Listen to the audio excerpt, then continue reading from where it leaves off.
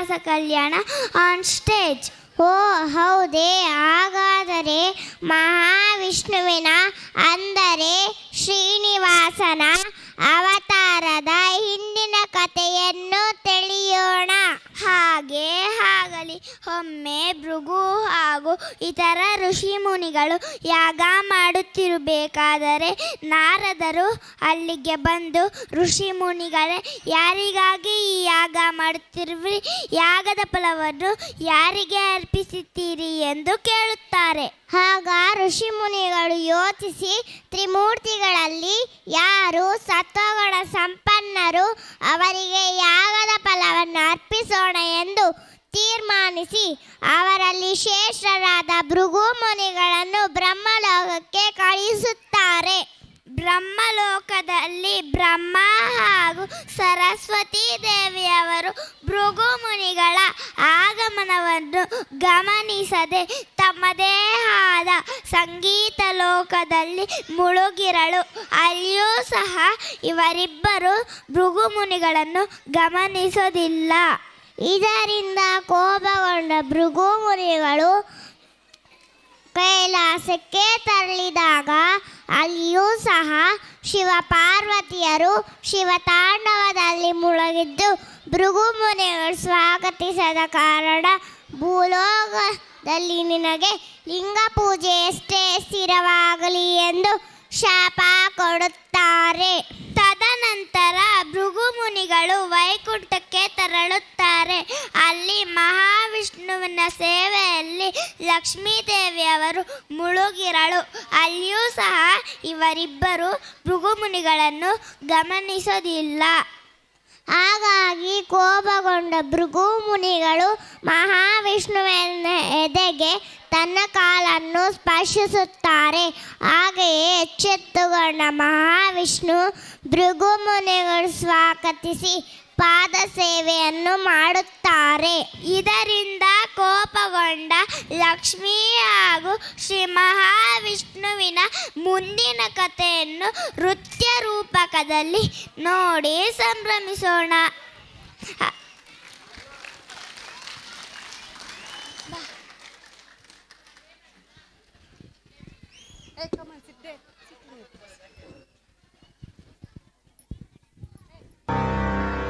ಲಕ್ಷ್ಮಿ, ಏಕೆ ಕಣ್ಣೀರು? ನೀವು ಮಾಡಿರುವ ಘನ ಕಾರ್ಯಕ್ಕೆ ಕಣ್ಣೀರು ಹಾಕದೆ ಆನಂದ ಪಡಬೇಕೇನು? ಜನ್ಮ ಕೊಟ್ಟ ತಂದೆಯನ್ನ ಕೇವಲ ಅಪಮಾನ ಮಾಡಿಬಿಟ್ಟನಲ್ಲ. ಭೃಗು ಮಹರ್ಷಿ ಮಹಾಜ್ಞಾನಿ. ಯಾವುದೋ ಘನ ಕಾರ್ಯ ಸಾಧಿಸುವ ಸಲುವಾಗಿ ಆ ರೀತಿ ವರ್ತಿಸಿರಬಹುದೇ ಹೊರತು ಅನ್ಯತಾ ಅಲ್ಲ. ಸಮಾಧಾನ ತಂದುಕೋ ದೇವಿ. ಸಮಾಧಾನ? ಈ ಮಹಾಲಕ್ಷ್ಮಿಗೆ ಅಪಚಾರ ಮಾಡಿದ ಆ ಭೃಗುವಿಗೆ ತಕ್ಕ ದಂಡನೆ ಆದರೆ ಮಾತ್ರ ನನಗೆ ಸಮಾಧಾನ. ಅನವರತ ನನ್ನ ಹೃದಯ ಮಂದಿರದಲ್ಲಿ ವಾಸ ಮಾಡುವ ನಿನಗೆ ನಿಜ ಭಕ್ತರೊಡನೆ ನನಗಿರುವ ಹೃದಯ ಸಂಬಂಧವೇನೆಂದು ನಿನಗೆ ತಿಳಿಯದೆ? ಅಷ್ಟಕ್ಕೂ ಭೃಗುವಿನ ಪಾದ ಸ್ಪರ್ಶವಾದದ್ದು ನನಗೆ. ನಿಮಗಲ್ಲ ಅವನು ಒದ್ದದ್ದು. ಸದಾ ನಾನು ವಾಸ ಮಾಡುವ ಈ ವಕ್ಷಸ್ಥಳಕ್ಕೆ ಮಹಾಲಕ್ಷ್ಮಿ ನಿಲಯಕ್ಕೆ ಅವನು ಅಪಚಾರ ಮಾಡಿದ್ದು. ಶ್ರೀಪತಿ ಎದುರಲ್ಲಿ ಶ್ರೀದೇವಿಯ ಮಂದಿರವನ್ನು ತೃಣದಂತೆ ಭಾವಿಸಿ ಕಾಲಿನಿಂದ ಜಾಡಿಸಿದ ಗರ್ವಾಂಧನನ್ನು ಶಪಿಸದೆ ದಂಡಿಸದೆ ಉಪಚರಿಸಿದ್ದೂ ಅಲ್ಲದೆ ನನ್ನೆದುರಿಗೆ ಅವನನ್ನು ಕೊಂಡಾಡುವಿರಾ? ಲೋಕಮಾತೆಯ ಮಡಿಲಿನಲ್ಲಿ ಮಲಗಿರುವ ಮಗು ಅಳುತ್ತಾ ಎದೆಗೆ ಕಾಲು ತಾಕಿಸಿದರೆ ಹೆತ್ತವಳು ಅದನ್ನು ಕೋಪದಿಂದ ಬಿಸುಡಿ ದಂಡಿಸುತ್ತಾಳೇನು? ಪಾದದಿಂದ ಒದ್ದು ಘಾಸಿಗೊಳಿಸಿದವನ ಮೇಲೆ ಪ್ರೀತಿ. ಪಾದ ಪೂಜಿಸಿ ಪಾದ ಕಮಲಗಳಲ್ಲೇ ಆಶ್ರಯಿಸಿದ್ದ ನನಗೆ ಬೇಡದ ನೀತಿ. ಯಾವ ಸ್ಥಳದಲ್ಲಿ ನನಗೆ ರಕ್ಷಣೆ ಇಲ್ಲವೋ, ಯಾವ ಸ್ಥಳದಲ್ಲಿ ನನಗೆ ಪುರಸ್ಕಾರ ಇಲ್ಲವೋ ಆ ಸ್ಥಳದಲ್ಲಿ ಕ್ಷಣಕಾಲವೂ ನಾನು ನಿಲ್ಲುವುದಿಲ್ಲ. ಸರಿಯಾಗಿ ನುಡಿದೆ ತಾಯಿ, ಸರಿಯಾಗಿ ನುಡಿದೆ. ಅಮ್ಮ, ನೀವು ಯಾವುದೇ ಕಾರಣಕ್ಕಾಗಲಿ ಈ ನಿಮ್ಮ ನಿರ್ಧಾರವನ್ನು ದಯಮಾಡಿ ಬದಲಿಸಬೇಡಿ. ನಾರದ, ಏನು ಹೇಳುತ್ತಿರುವೆ? ಯೋಚನೆ ಮಾಡಿ ತಾಯಿ. ಶ್ರೀನಿವಾಸನ ಮನಸ್ಸನ್ನು ತಲ್ಲಣಗೊಳಿಸಬೇಡಿ. ಕ್ಷಣಕಾಲ ಶಾಂತವಾಗಿ. ಇಲ್ಲ, ಖಂಡಿತ ಇಲ್ಲ. ನನಗೆ ಅಪಮಾನವಾದ ಈ ಸ್ಥಳದಲ್ಲಿ ಒಂದು ಕ್ಷಣವೂ ನಾನು ನಿಲ್ಲುವುದಿಲ್ಲ. ಲಕ್ಷ್ಮಿ, ಲಕ್ಷ್ಮಿ, ಮಹಾಲಕ್ಷ್ಮಿ.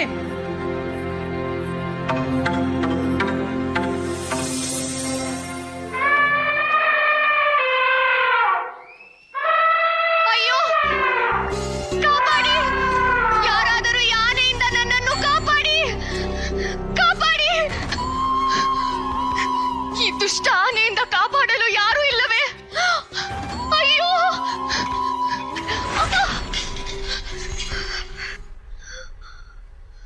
ಆ ಆನೆ ಹೊರಟು ಹೋಯಿತು. ಭಯಪಡುವ ಅಗತ್ಯವಿಲ್ಲ. ಧೈರ್ಯವಾಗಿ ಕಣ್ಣು ಬಿಡಬಹುದು.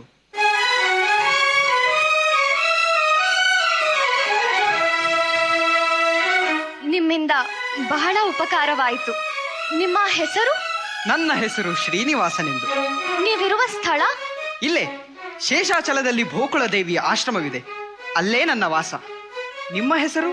ನಾನು ಆಕಾಶರಾಜನ ಕುವರಿ. ಪದ್ಮಾವತಿ ನನ್ನ ಹೆಸರು. ಬಹಳ ಸುಂದರವಾಗಿದೆ.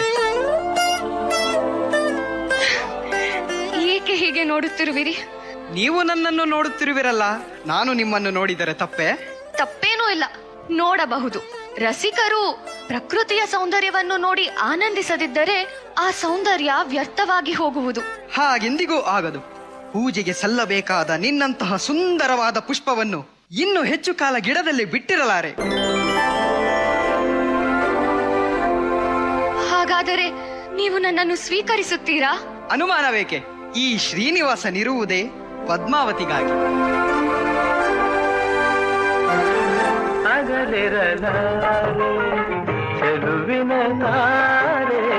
ನಂತರದಲ್ಲಿ ಈ ಪದ್ಮಾವತಿಯೇ ಪೂರ್ವಜನ್ಮದ ರಾಮಾಯಣದ ವೇದವತಿ. ಪದ್ಮಾವತಿ ಹುಟ್ಟಿದ್ದೇ ಶ್ರೀನಿವಾಸನಿಗಾಗಿ ಎಂಬ ಸತ್ಯ ತಿಳಿದು ತಂದೆಯಾದ ಆಕಾಶರಾಜನು ವೈಭವದಿಂದ ಶ್ರೀನಿವಾಸ ಪದ್ಮಾವತಿಯ ಕಲ್ಯಾಣವನ್ನ ನೆರವೇರಿಸುತ್ತಾನೆ. ಮುಂದೆ ನಾರಾಯಣ, ನಾರಾಯಣ! ಅಯ್ಯೋ, ಅಯ್ಯಯ್ಯೋ, ಅಯ್ಯಯ್ಯೋ! ಅಮ್ಮ, ಲೋಕಮಾತೆ ಮಹಾಲಕ್ಷ್ಮಿ, ಕಣ್ಣು ತೆರೆಯಮ್ಮ. ಇಲ್ಲೇಕೆ ತಪಸ್ಸು ಮಾಡುತ್ತಿರುವೆ? ಏಕೆ ನಾರದರೆ, ಏನಾಯಿತು? ನೀನು ಯಾವ ಕಾರಣಕ್ಕಾಗಿ ವೈಕುಂಠ ಬಿಟ್ಟು ಬಂದೆಯೋ ಅದು ಮುಗಿಯಿತು. ಮತ್ತೇಕೆ ಕಾಲಹರಣ? ಅಂದರೆ ನನ್ನ ಸ್ವಾಮಿಗೆ ತನ್ನ ತಪ್ಪಿನ ಅರಿವಾಯಿತೆ. ನಾನು ನಿರಂತರವಾಗಿ ವಾಸ ಮಾಡಿದ ನಾರಾಯಣ ಹೃದಯ ಮಂದಿರಕ್ಕೆ ಅಪಚಾರ ಮಾಡಿದ ಆ ಭೃಗುವಿಗೆ ಸರಿಯಾದ ಶಿಕ್ಷೆಯಾಯಿತೆ. ಅಯ್ಯೋ ನಾರಾಯಣ, ನಾರಾಯಣ! ಶ್ರೀಹರಿಯು ನಿನ್ನನ್ನೇ ಮರೆತು ಆನಂದದಿಂದಿರುವಾಗ ಆ ಭೃಗುವಿನ ಅಪಚಾರವನ್ನು ನೆನಪಿಟ್ಟುಕೊಳ್ಳುವನೇನಮ್ಮ? ಎಂಥ ಮಾತನ್ನಾಡುತ್ತವೆ ಬ್ರಹ್ಮಪುತ್ರ. ಲಕ್ಷ್ಮೀ ನಾರಾಯಣನೆಂದೇ ಲೋಕ ಪೂಜಿತನಾಗಿರುವ ನನ್ನ ಪತಿ ನನ್ನನ್ನು ಮರೆಯುವನೆ. ಅಮ್ಮ ಲಕ್ಷ್ಮಿ, ನೀನು ಶ್ರೀಹರಿಯ ಹೃದಯ ಮಂದಿರದಲ್ಲೇ ನೆಲೆಸಿದ್ದರೆ ಈ ರೀತಿ ಮರೆಯುತ್ತಿರಲಿಲ್ಲ. ಅಂಗಲಾಚಿದರೂ ಕನಿಕರಿಸದೆ ನೀನೇ ಅವನಿಂದ ದೂರವಾದೆ. ನಿನ್ನ ನರಸುತ್ತಾ ಭೂಮಿಗೆ ಬಂದ ಭಗವಂತ ಮಾನವನ ಸಹಜವಾದ ಗುಣ ಹೊಂದಿ ತನ್ನ ಸಾಧರ್ಮಿಣಿಯಾಗಿ ಪದ್ಮಾವತಿಯನ್ನು ಸ್ವೀಕರಿಸಿ ಆನಂದದಿಂದಿದ್ದಾನೆ. ನನ್ನ ಪತಿ ನನ್ನನ್ನು ಮರೆತು ಇನ್ನೊಂದು ಹೆಣ್ಣನ್ನು ಮದುವೆ ಆದನೆ. ಇಲ್ಲ, ನಾನಿದನ್ನು ನಂಬುವುದಿಲ್ಲ. ನಾರದರೆ ನನ್ನ ಸ್ವಾಮಿ ಎಲ್ಲಿರುವರು? ಶೇಷಾಚಲದಲ್ಲಿ. ನಾನೀಗಲೇ ಅಲ್ಲಿಗೆ ಹೊರಡುತ್ತೇನೆ.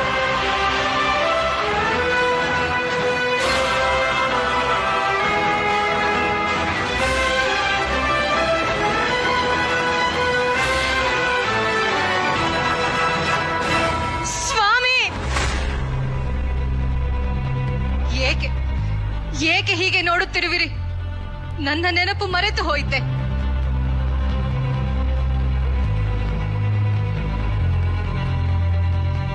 ಲಕ್ಷ್ಮಿ, ನೀನು ಏಕೆ? ಆಶ್ಚರ್ಯವಾಯಿತೇನು? ನೀವಿಬ್ಬರೂ ಮೈ ಮರೆತು ಏಕಾಂತದಲ್ಲಿರುವಾಗ ನಿಮ್ಮ ಆನಂದಕ್ಕೆ ಭಂಗ ತರುವುದಕ್ಕೆ ಯಾರೂ ಇಲ್ಲವೆಂದು ಭಾವಿಸಿದ್ದೀರಾ?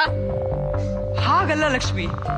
ಇದುವರೆಗೂ ನಾನು ಯಾರು, ಎಲ್ಲಿಂದ ಬಂದೆ, ಏತಕ್ಕಾಗಿ ಬಂದೆ ಎಲ್ಲವೂ ಮರೆತು ಹೋಗಿತ್ತು. ಇದು ಈಗ ನೆನಪಾಯಿತು. ನಾನು ಇಲ್ಲಿಗೆ ಏತಕ್ಕಾಗಿ ಬಂದನೋ ಆ ಕಾರ್ಯ ಇಂದಿಗೆ ಸಂಪೂರ್ಣವಾಯಿತು. ಸ್ವಾಮಿ, ಅಪರಿಚಿತಳಾದ ನನ್ನನ್ನು ಇಷ್ಟು ಕಠಿಣವಾಗಿ ದೂಷಿಸುತ್ತಿರುವ ಈಕೆ ಯಾರು? ಸ್ವಾಮಿ, ನಿಮಗೇನಾಗಬೇಕು? ನೀನು ಮದುವೆಯಾಗಿರುವ ಶ್ರೀನಿವಾಸನೇ ವೈಕುಂಠದಲ್ಲಿರಬೇಕಾಗಿರುವ ನನ್ನ ಹೃದಯೇಶ್ವರ.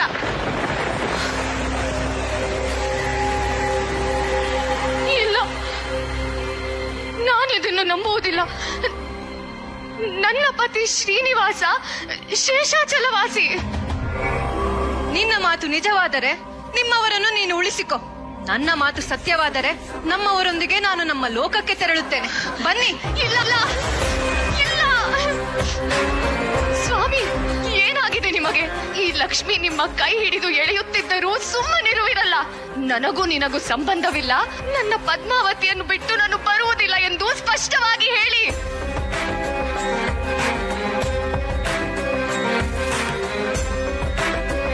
ವೈಕುಂಠವಾಸಿಯಾದ ನಿಮಗೆ ಭೂಸ್ಪರ್ಶವಾದೊಡನೆ ನಿಮ್ಮ ತನುವು ಮನವು ಕಲ್ಲಾಗಿ ಹೋಯ್ತೆ.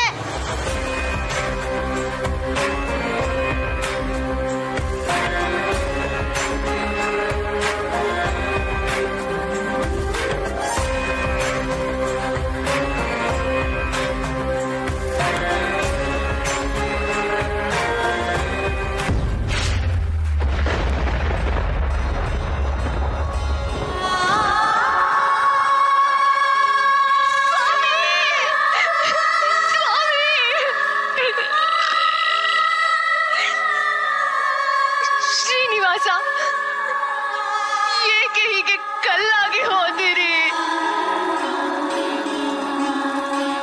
ಕೇವಲ ಒಂದೇ ಒಂದು ಬಾರಿ ಪದ್ಮಾವತಿ ಎಂದು ಕರೆಯಬಾರದೆ? ಇಲ್ಲ ಇಲ್ಲ, ನೀವು ಹೀಗೆ ಮೌನ ವಹಿಸಿದ ಮಾತ್ರಕ್ಕೆ ನಾನು ಹೆದರಿ ಸುಮ್ಮನಾಗುವೆನೆಂದು ಭಾವಿಸಿದಿರೇನು? ಇಲ್ಲ, ಇಲ್ಲೇ ನಿಮ್ಮ ಪಾದ ಕಮಲಗಳಲ್ಲೇ ನನ್ನ ಪ್ರಾಣವನ್ನು ಅರ್ಪಿಸುವೆ. ಸ್ವಾಮಿ, ಸ್ವಾಮಿ, ಸ್ವಾಮಿ, ಪದ್ಮಾವತಿ. ನನಗೂ ನಿನ್ನಷ್ಟೇ ವೇದನೆಯಾಗುತ್ತಿದೆ. ವೇದನೆಯಲ್ಲಿ ಸಮಭಾಗಿಗಳಾಗಿರುವ ನಾವು ಸಮಾಧಾನದಿಂದ ಮುಂದೇನಾಗಬೇಕು ಅದನ್ನು ಚಿಂತಿಸಬೇಕು. ನನ್ನ ಮಾತು ಕೇಳಮ್ಮ. ಇಲ್ಲ, ಇವರು ಮೊದಲಿನಂತಾಗದಿದ್ದರೆ ನಾನು ಬದುಕುವುದಿಲ್ಲ. ನನ್ನನ್ನು ಬಿಟ್ಟು ಬಿಡಿ, ನನ್ನನ್ನು ಬಿಟ್ಟು ಬಿಡಿ. ನಾರಾಯಣ ನಾರಾಯಣ ನಾರಾಯಣ. ಪದ್ಮಾವತಿ, ಆವೇಶ ಪಡೆದಿರಮ್ಮ. ನಾರಾಯಣನು ವೈಕುಂಠ ಬಿಟ್ಟು ಬಂದಿದ್ದೇ ವೇದವತಿಯಾಗಿ ನೀನು ಪಡೆದಿರುವ ವರವನ್ನು ಪೂರೈಸುವುದಕ್ಕಾಗಿ. ಅಷ್ಟು ಮಾತ್ರವಲ್ಲ, ಕಲಿಯುಗದಲ್ಲಿ ಕಡುಕಷ್ಟದಿಂದ ಕಂಗಾಲಾಗಿ ಕಾಪಾಡಿ ಎಂದು ಬರುವ ಭಕ್ತರ ಉದ್ಧಾರಕ್ಕಾಗಿ ನಾರಾಯಣನು ಈ ರೂಪ ಹೊಂದಿರುವನು. ಮಹಾಲಕ್ಷ್ಮಿ, ಪದ್ಮಾವತಿ, ಶ್ರೀನಿವಾಸನು ವೆಂಕಟಾಚಲದಲ್ಲಿ ನಿಂತು ನಂಬಿದವರ ಬೆಂಬಿಡದ ಸಂಕಲ್ಪ ಮಾಡಿದಂತೆಯೇ ಅವನ ಕೈ ಹಿಡಿದು ಧನ್ಯರಾದ ನೀವು ಅವನನ್ನು ಅನುಸರಿಸಬೇಕಾದ್ದು ನಿಮ್ಮ ಕರ್ತವ್ಯ.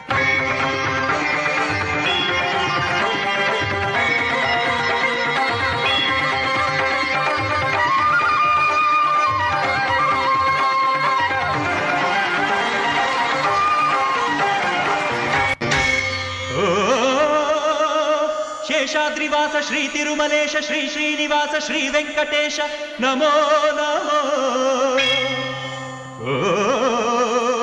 ಪದ್ಮಾವತೀಶ ಭಕ್ತ ಹೃದಯೇಶ ಸಂಕಷ್ಟನಾಶ ಗರುಡಾದ್ರಿವಾಸ ನಮೋ ನಮೋ.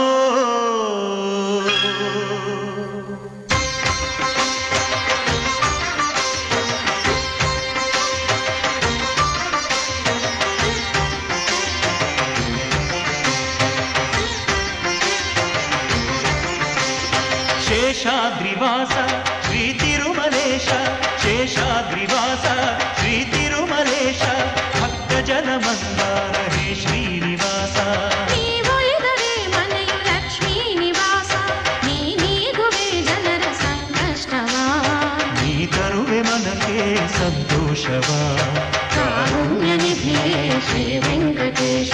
ಶೇಷಾದ್ರಿವಾಸ ಶ್ರೀ ತಿರುಮಲೇಶ, ಶೇಷಾದ್ರಿವಾಸ ಶ್ರೀ ತಿರುಮಲೇಶ.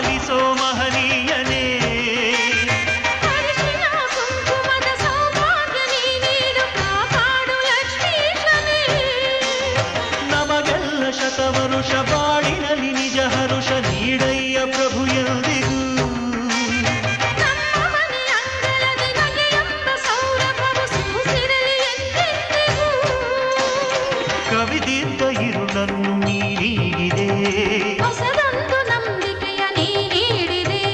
ನಮಗೆ ಉಳಿದೆ ಪ್ರಭುವೇ ಹರಿಯೇ. ಶೇಷಾದ್ರಿವಾಸ ಶ್ರೀ ತಿರುಮಲೇಶ, ಶೇಷಾದ್ರಿವಾಸ ಶ್ರೀ ತಿರುಮಲೇಶ, ಭಕ್ತ ಜನ ಮಂದಾರ ಹೇ ಶ್ರೀನಿವಾಸ.